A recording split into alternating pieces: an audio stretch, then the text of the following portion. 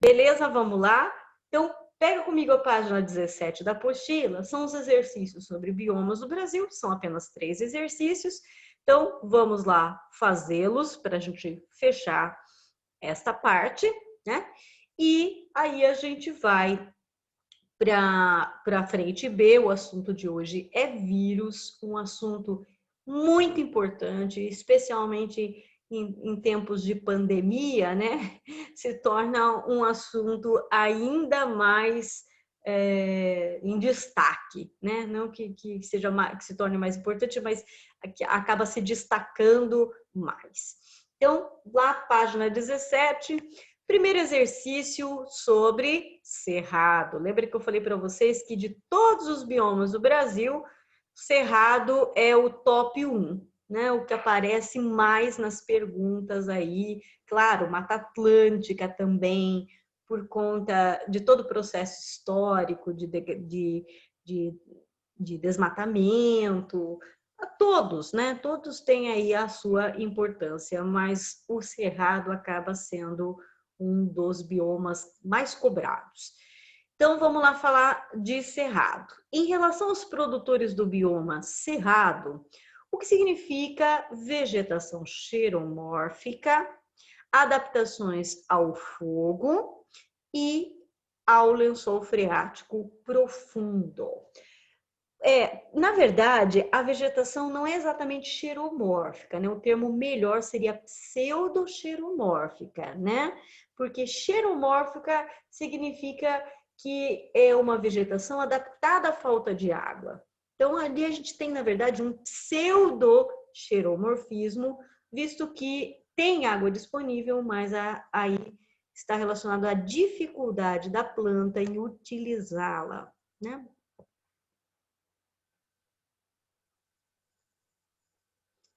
Vamos lá, então, começando por esse primeiro termo, vegetação xeromórfica. Vou colocar como ele coloca aqui, entre aspas, justamente bom, aqui ele está destacando tudo, né?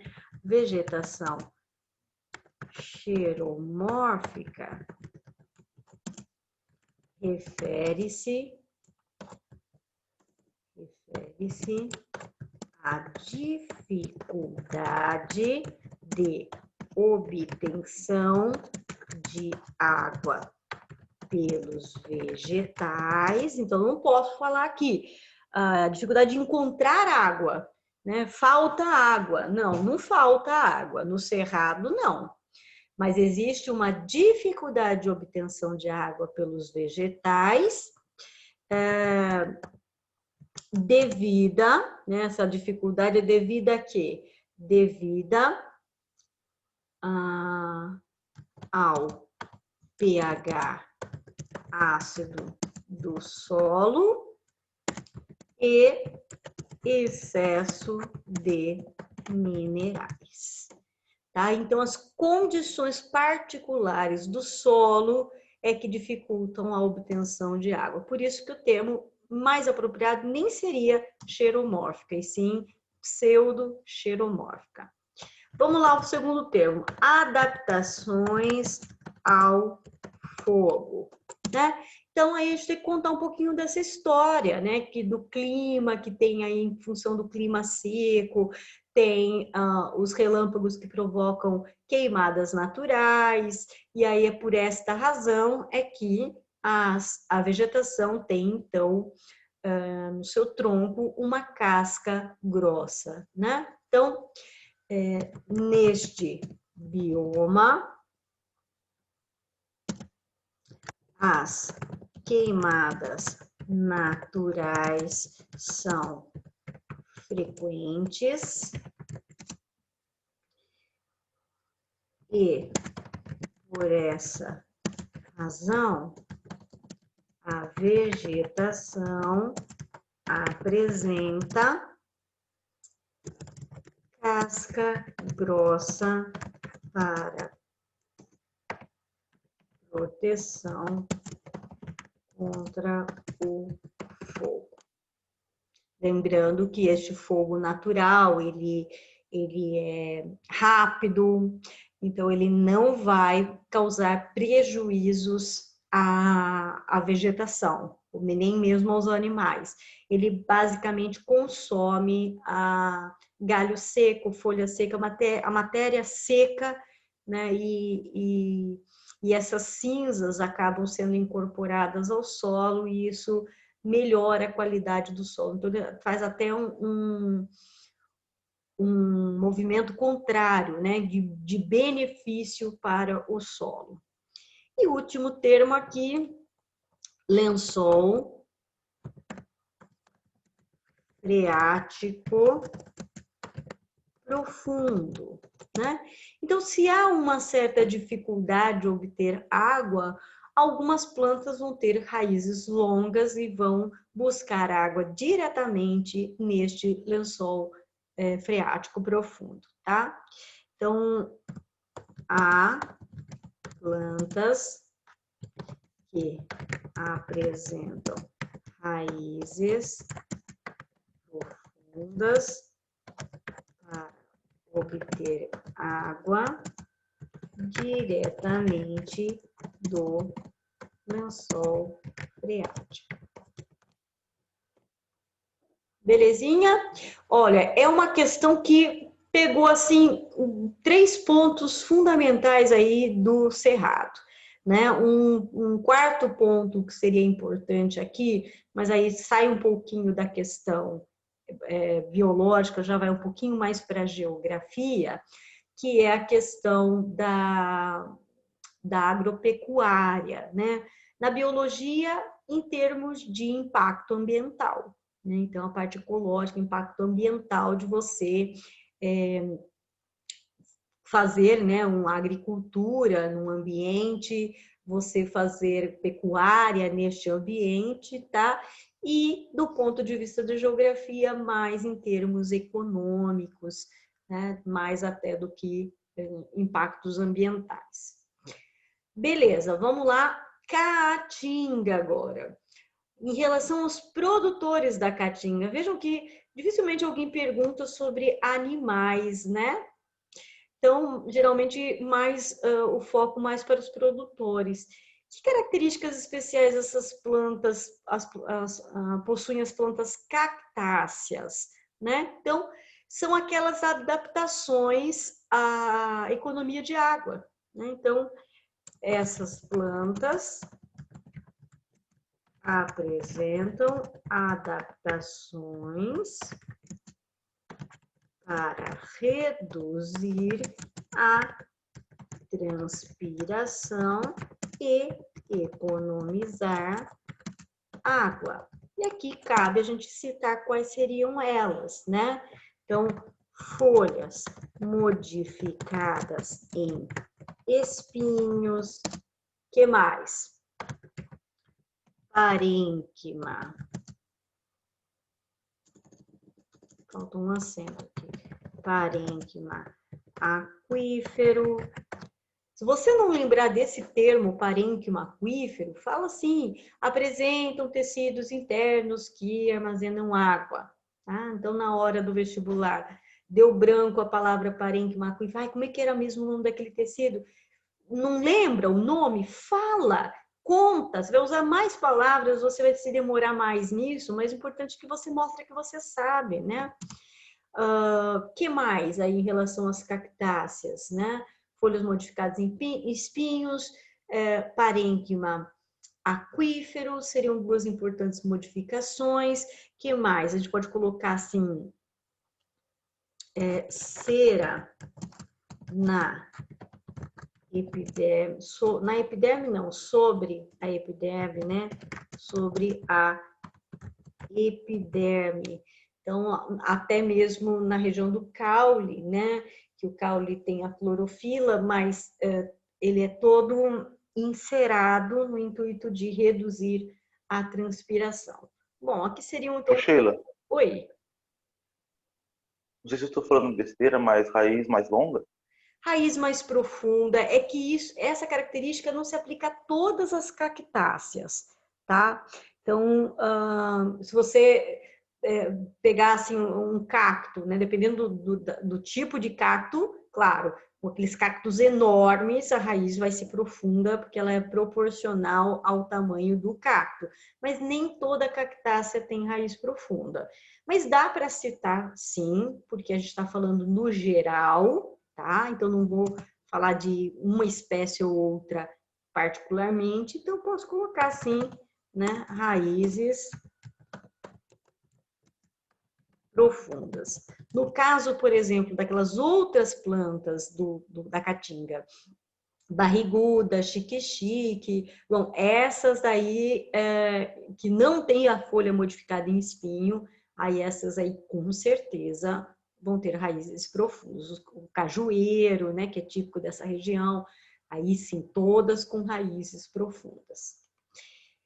E a terceira pergunta aqui se refere à Mata Atlântica, outro bioma que eu falei para vocês até pela questão da história do Brasil, muito importante, muito cobrado. Mais uma vez, em relação aos produtores, o que são epífitas e que tipo de relação ecológica representam? Né? Então, só lembrando que quando aparece esse radical epi na biologia, ele já dá a entender que é sobre alguma coisa. Assim como epiderme, né? Está sobre a derme. Então, epífita são plantas que se posicionam, são plantas de pequeno porte, que, portanto, se posicionam, se fixam sobre plantas de maior porte, no intuito de conseguirem luz para a fotossíntese. E qual é a relação ecológica, né? No global, a gente diria que é um comensalismo, mas mais particularmente seria um inquilinismo, né? Ela está escolhendo um local para viver, claro que é um local que favorece a sua alimentação, tá? Então, cabe aqui também o conceito de comensalismo. Então, resumindo, são plantas de pequeno porte que se fixam sobre outras plantas maiores para obter luz para a fotossíntese. A relação ecológica em questão é o comensalismo. Eu vou colocar comensalismo porque dentro do conceito de comensalismo, no global é a relação, é qualquer tipo de relação em que um ganha e o outro é neutro. E o que ganha pode ser alimento, pode ser local para morar, pode ser também transporte, tá bom? No caso das plantas epífitas, seria tanto alimento quanto um local para viver. Legal, então, beleza? Vamos lá, então, falar agora de vírus, né? Vírus é o assunto da frente B, a primeira aula da frente B. E aqui dentro desta aula de vírus, que começa na página 20, é uma aula só para o assunto. Aqui o nosso intuito é falar de tudo, né? De tudo mesmo que se refere a vírus, desde a sua estrutura, a sua forma de replicação, né? Como é que ele se comporta, se ele é um vírus de DNA ou se ele é de RNA. E a gente inclui aqui um pouquinho sobre doenças virais. Claro, enfatizando principalmente a profilaxia, né? E claro, se você pensou na profilaxia, você pensa também na forma de contágio. Aqui a apostila na página 21 se preocupa em discriminar, dar um nome científico para alguns, né, que tem aí, nem todos têm, né? Sheila, por que vírus, na grande maioria, não tem nome científico? Justamente porque ele não é considerado um ser vivo, né? Então, quer dizer, a nomenclatura científica se aplica aos seres vivos. Então, o vírus não é assim considerado pelo fato de ele não ter célula, então ele fica, na maioria das vezes, o nome do vírus é o nome da doença, né? Então a doença é hepatite, então a gente chama ele do vírus da hepatite, né? A doença é a gripe, então a gente chama ele de vírus da gripe. Então, geralmente, o nome dele, né, é o nome da doença. Raramente o vírus tem um nome, né, particular, tá certo? Vamos falar um pouco da estrutura do vírus, né? Eu estou aqui mostrando para vocês a apostila, mas acredito que o Planeta Bio está melhor para mostrar isso para vocês. Olha lá, tá mesmo. Então, eu vou mostrar o Planeta Bio para vocês. A imagem aqui. Aqui, pessoal, só para colocar assim dentro de um universo, tá? Onde é que os vírus se encaixariam, né? Então, eles são bem menores do que uma bactéria. Afinal, a bactéria é unicelular e o vírus não tem célula. Mas eles também são maiores do que moléculas, como, por exemplo, DNA ou proteína, não é? E claro que a molécula é maior do que essas outras moléculas aqui menores e a menor a estrutura aqui seria o átomo.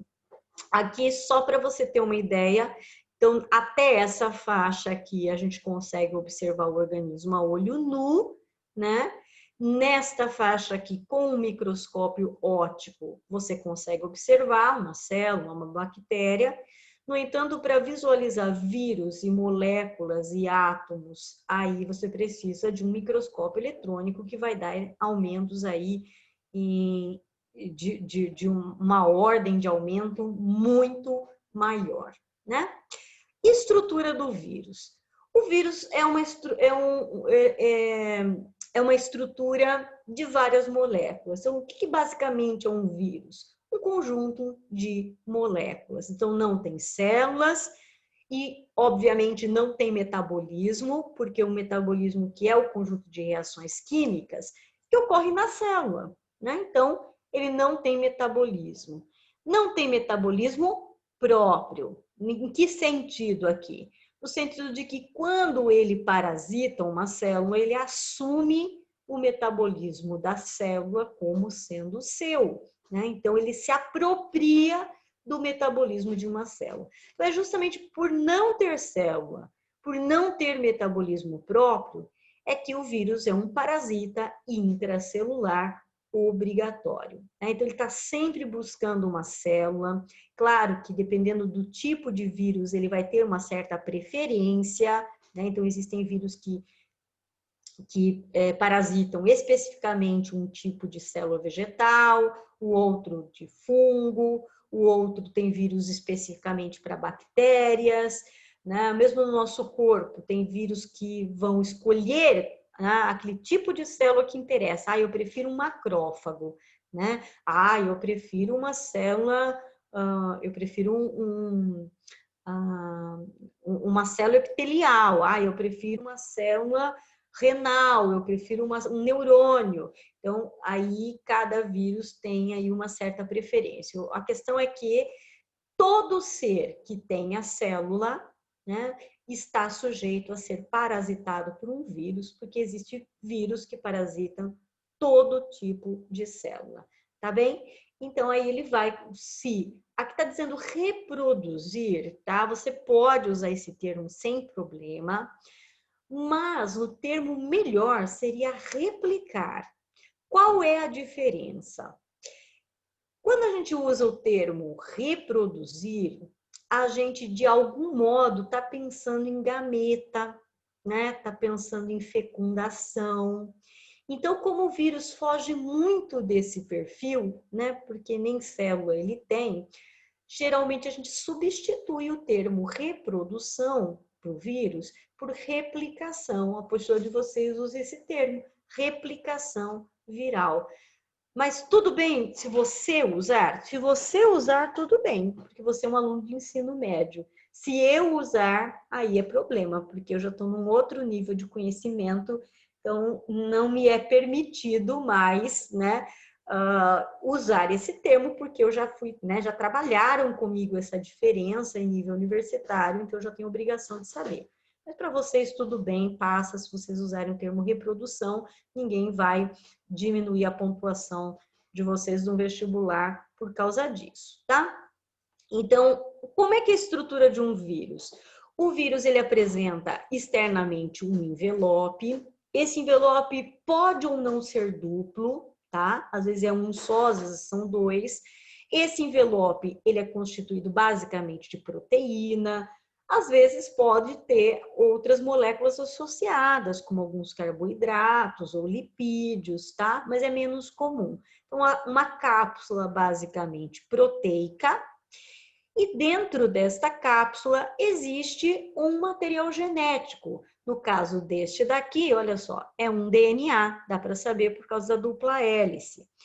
Veja que a cápsula desse daqui é diferente, né? Parece que ele tem aí umas cabecinhas de cotonete na superfície, assim como é o coronavírus, que aliás tem esse nome, porque quem observou isso aqui associou com como se fosse uma coroa mesmo, né? Então, corona de coroa.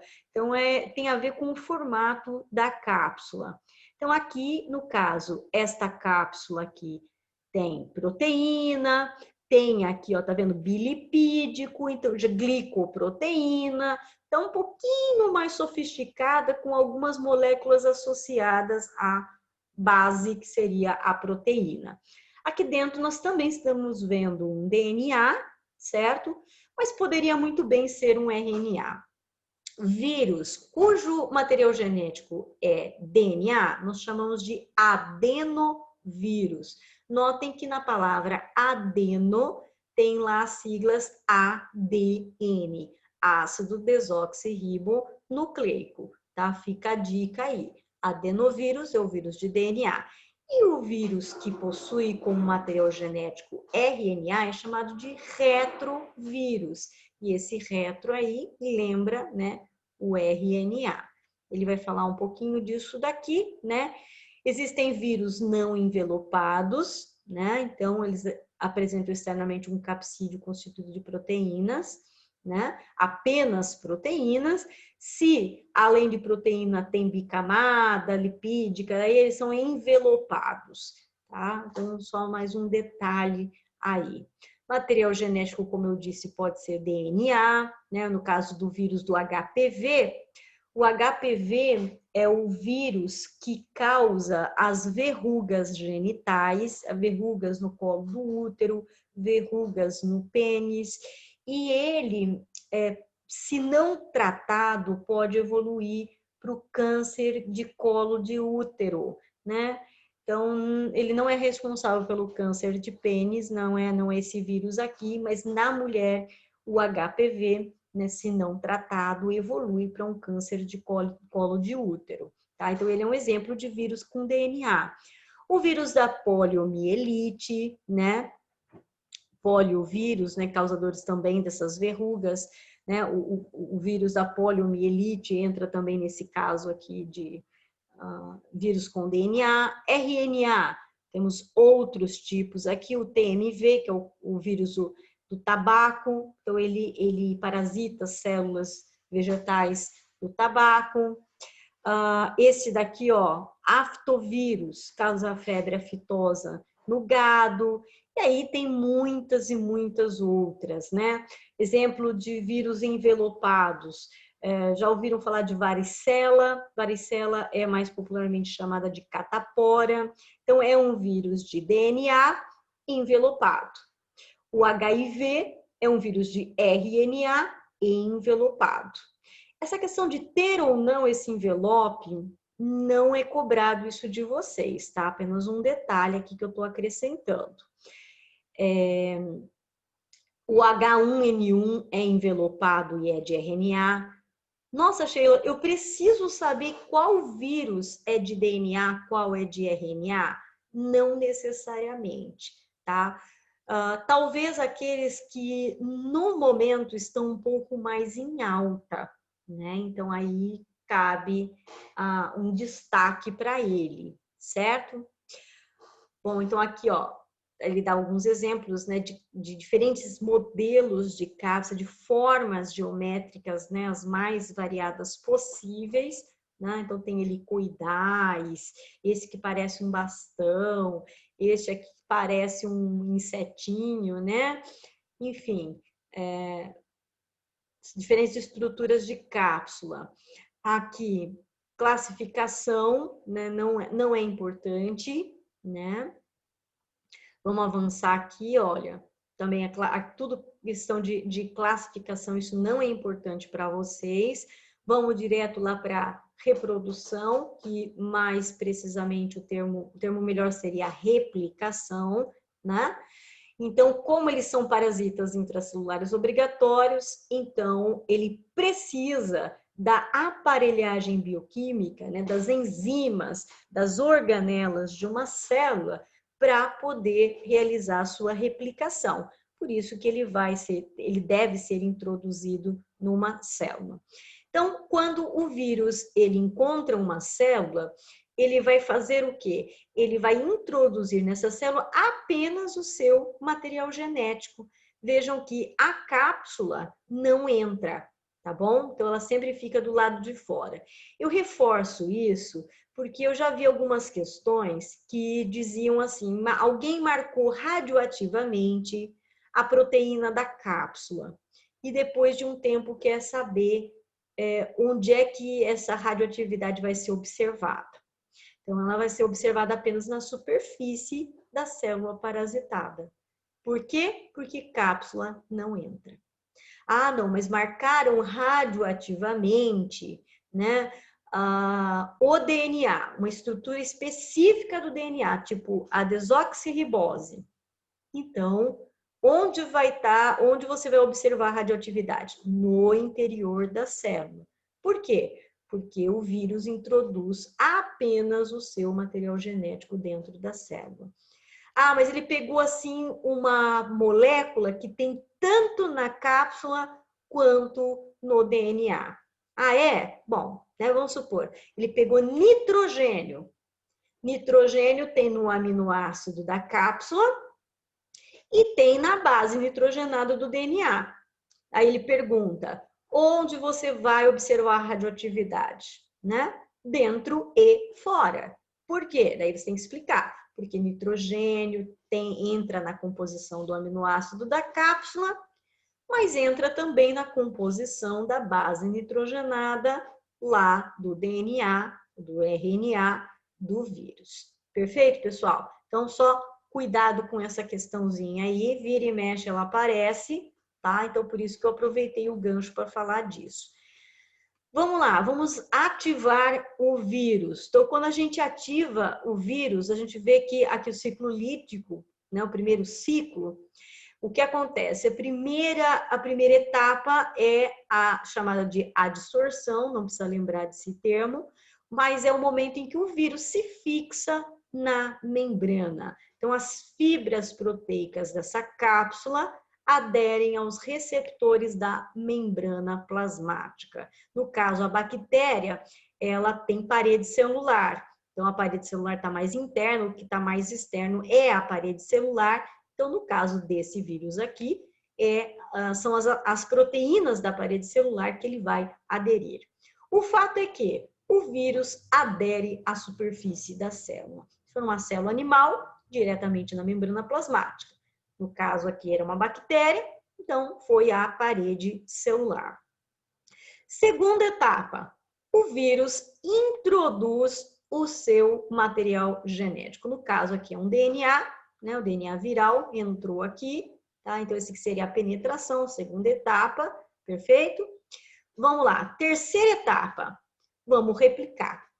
Vamos copiar este material genético. Como?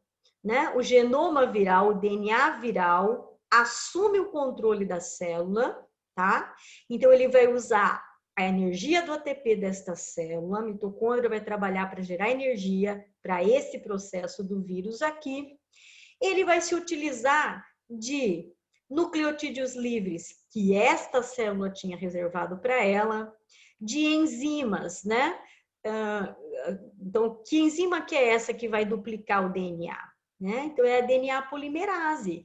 O vírus não tem essa enzima, vai usar a da célula para multiplicar o DNA viral, certo? E também a enzima RNA polimerase, que é quem vai fazer a transcrição. A transcrição é um processo em que o DNA ele é transformado em RNA, né, e depois traduzido nos ribossomos em proteínas. Então, atenção, o vírus ele está querendo se copiar. Para isso, ele precisa de quê? Ele precisa duplicar o seu DNA, é um processo. Segunda coisa, ele precisa fazer proteínas para formar essas cápsulas que vão embalar esse material aqui. Então, ele precisa fazer transcrição e tradução. Né? A transcrição é um processo intermediário de obtenção do RNA, porque é a partir da tradução do RNA lá no ribossomo que a proteína viral é, então, produzida. Agora vem a etapa do encapamento, né? Então, vamos encapar. Primeiro, destrói o DNA do hospedeiro. Então, essa célula já era, morreu, né? Vamos empacotar, vamos construir, vamos colocar o DNA dentro do envelope. Montou, bonitinho. E agora só falta lisar, por isso que esse ciclo lítico, ele lisa, ele quebra a célula e libera um montão de vírus. Vamos discutir um pouquinho, dentro dessa questão, vantagens e desvantagens desse tipo de reprodução. Vantagem, extremamente rápido, né? Essa é a vantagem. Então, o vírus ele vai disparado fazendo isso daqui. Essa é a vantagem. A desvantagem é que, se ele provoca a lise, o rompimento da célula, o que é que vai acontecer então? Vai acontecer que isso não vai ficar barato para o vírus. Ele vai chamar a atenção do sistema imunológico, que vai começar a trabalhar contra o vírus. Por isso que esse ciclo acaba sendo tão rápido assim, porque o vírus sabe que ele não tem muito tempo para esse processo, porque tendo optado por um ciclo lítico, ele rapidamente vai chamar a atenção do sistema imunológico e vai, então, ele vai ter que investir rápido nessa reprodução e sair logo desse hospedeiro e ir para outro, porque afinal, em breve o sistema imunológico vai começar a agir contra ele. Legal, mas os vírus também se replicam por meio de ciclo lisogênico. Vamos lá. Então, começa igual, né? Então, é a etapa de absorção, ele adere à superfície da célula hospedeira, introduz na sequência o material, então começa tudo igualzinho, né? Introduz o material genético dele, porém, a integração, a adesão deste material genético dele ao DNA da célula hospedeira, certo? Então, ele fica incorporado aqui, ó, chamado de prófago. Ele fica aderido ao DNA desta célula. E, conforme essa célula segue o rumo da sua vida normal, fazendo a bipartição, se multiplicando e vai, o vírus vai tranquilamente se replicando junto com a célula. Vantagem. A vantagem é que ele, nesse processo, não chama a atenção do sistema imunológico. Então, ele fica escondidinho aqui dentro da célula e pode se replicar na mesma velocidade que a bactéria se divide, que também é bem rápido, né? Então, ele vai se replicando de uma forma escondida do sistema imunológico e podemos dizer rápida também, não tanto quanto a primeira, mas rápida, porque segue o tempo da mitose aqui deste indivíduo. Tudo bem? Mas, num determinado momento, este DNA ele se desprende daqui e entra em ciclo lítico. Então, daí nós teríamos que voltar para o primeiro aqui. Então, quando esse DNA ele se desprende do DNA da célula hospedeira, aí ele vai entrar nesse processo aqui, ó, de multiplicação, né, de DNA e de síntese de proteínas, vai empacotar os vírus, destruir a célula e vai acabar, por fim, lisando a célula. Então, todo ciclo lisogênico, ele começa como lisogênico, mas num determinado momento ele se torna lítico. Esse momento depende muito do vírus, né? Ele pode, inclusive, o vírus pode ficar no organismo nesse estado latente por diversos anos, como é o caso, por exemplo, do HIV. Ele pode ficar ali incorporado ao DNA da nossa célula por diversos anos, por 4, 5, 10 anos, né? E aí a pessoa não tem sintoma nenhum, né? Mas ela transmite o vírus. Então, isso também é uma estratégia do vírus. Porque um vírus que ocasiona sintomas, ele chama a atenção do sistema imunológico. Então, se ele está quietinho lá sem causar sintomas, beleza, ele não vai despertar a atenção do sistema imunológico. Legal. Mas ele está atuando sim, senhor, porque ele está sendo transmitido pela pessoa, porque afinal a pessoa está infectada. Então, parte desse material está na corrente sanguínea, está nos líquidos corporais da pessoa e ela, então, transfere para outras pessoas, ela transmite, tá? Então, aqui ele resume as etapas do que acontece, né? Aqui só para mostrar um pouquinho a diferença quando tem um envelope, né? Então, ele precisa da proteína do envelope, de alguma estrutura do envelope ter similaridade com o receptor de membrana, né? Aqui só mais detalhes ainda, olha, esse aqui ele foi englobado, né? Aí só depois ele vai perder essa cápsula, né? Olha, esse aqui ele foi, né? Fez a fusão, então ele perdeu a cápsula aqui no momento em que ele é absorvido. Enfim, aqui tudo são mecanismos de mostrar como é que um vírus ele entra dentro de uma célula. Bom, aqui, já finalizando o assunto vírus, na verdade não, né? Porque ainda tem um pouquinho sobre as doenças virais. Teríamos que falar também sobre como é que é a replicação de um vírus de RNA, de um retrovírus, né? E esse processo é complexo e ele é diferente, né? Do processo que a gente acabou de ver com vírus de DNA, mas isso eu vou deixar para falar para vocês na próxima aula, né? Já são quase 8h40, então, né, porque se eu começar, não vou conseguir finalizar.